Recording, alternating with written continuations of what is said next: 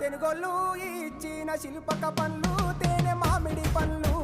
తీయంగా తిందామె తీరొక్క పండ్లు చిలక నేరేడి పండ్లు కాబోళ్ళు ఇచ్చిన మక్క కంకులు అవి పాల కంకులు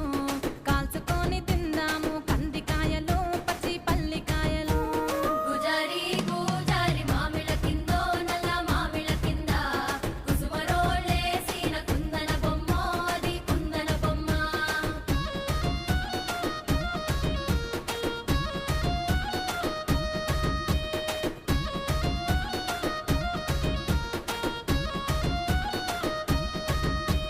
బెస్తోలు పెట్టిన పచ్చి చేపలు